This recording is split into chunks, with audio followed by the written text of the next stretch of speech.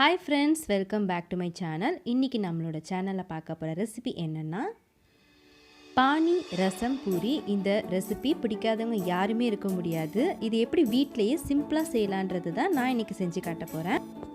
அதுக்கு ஒரு ஜார்ல 1 கப் புதினா இலை எடுத்துக்கலாம். அதிலே 1/4 கப் கொத்தமல்லி தழையை எடுத்துக்கலாம். கூடவே காரத்துக்கு 4 பச்சை மிளகாய். ரொம்ப காரம் விரும்புகிறவங்க இன்னும் ஒரு பச்சை மிளகாய் கூட சேர்த்துக்கோங்க. ஆனால் 4 போதுமானது தான். அதை நல்லா நம்ம கட் பண்ணி போட்டுடலாம். இதில் 2 துண்டு இஞ்சி அதையும் இதில் சேர்த்துடலாம். அப்புறமா 1 ஸ்பூன் மிளகு, 1 ஸ்பூன் ஜீரகம். இது எல்லாமே தண்ணி விட்டு மிக்சியில் நல்லா ஒரு பேஸ்ட் மாதிரி அரைச்சி எடுத்துக்கலாம். அரைச்ச விழுதை ஒரு ஃபில்ட்ரு வச்சு நம்ம ஃபில்ட்ரு பண்ணிக்கலாம். கொஞ்சம் கொஞ்சமாக இருக்கிற அந்த சக்கெல்லாம் கூட நமக்கு ஃபில்ட்ராகி வரும். மறுபடியும் அதை மிக்சியில் கிரைண்ட் பண்ணி எடுத்துக்கலாம்.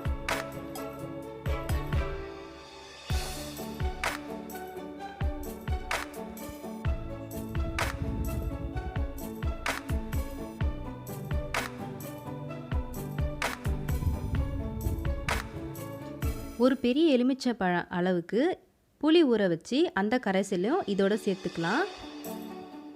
அதிலே நல்லா புளி சக்கையை நல்லா தண்ணி விட்டு பிசைஞ்சு சாறு மட்டும் எடுத்துக்கிறேன். புளியில் இருக்கிற சின்ன சின்ன அந்த ஓடுலாம் கூட இந்த ஃபில்டரில் மேலே தங்கிடும்.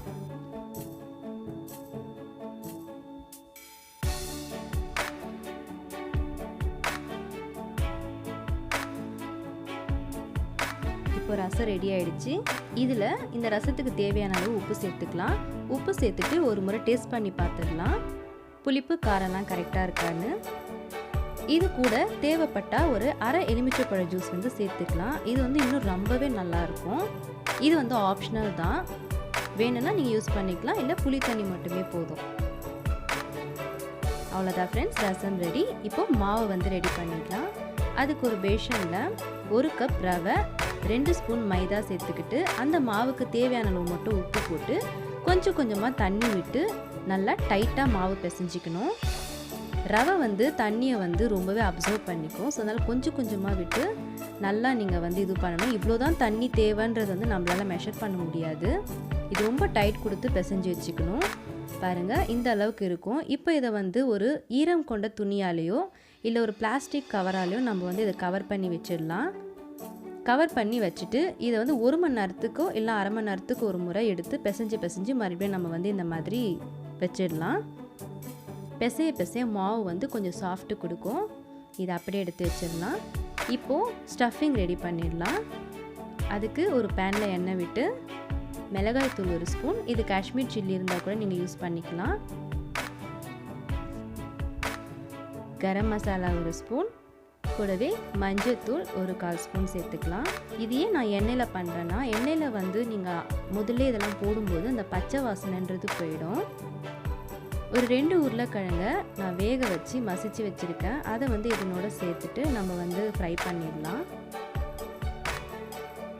அந்த உருளைக்கிழங்கு மசியில் கொஞ்சமாக அந்த மசாலாவுக்கு தேவையான உப்பு மட்டும் போட்டு இதில் சேர்த்துடுங்க.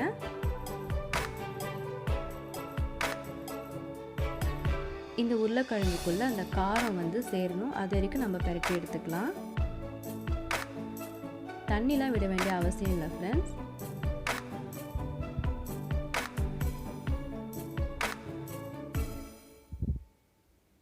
அவ்வளோதான். கொஞ்சமாக எலுமிச்சை சாறு நான் சேர்த்துக்கிறேன்.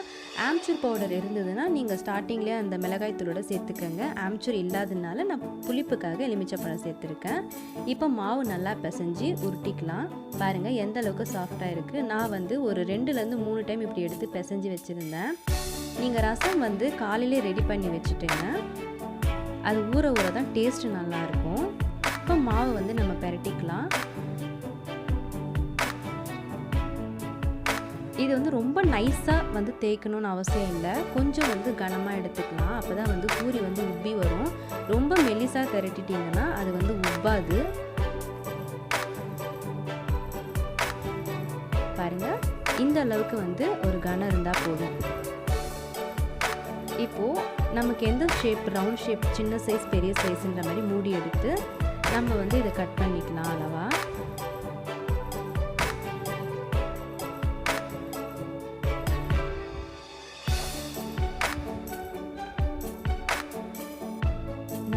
பெரிய சைஸில் தான் பண்ணுறேன், உங்களுக்கே தெரியும்.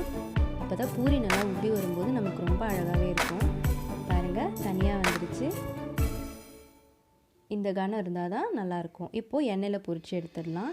ஃபஸ்ட்டு எண்ணெயை வந்து அதிகமான ஃப்ளேமில் வச்சுட்டு அப்புறம் லோ ஃப்ளேமில் வச்சுட்டு தான் நீங்கள் பூரி போடணும். நீங்கள் அதிகமான ஃப்ளேமில் இருக்கும்போது போட்டுட்டிங்கன்னா கருகிடும்.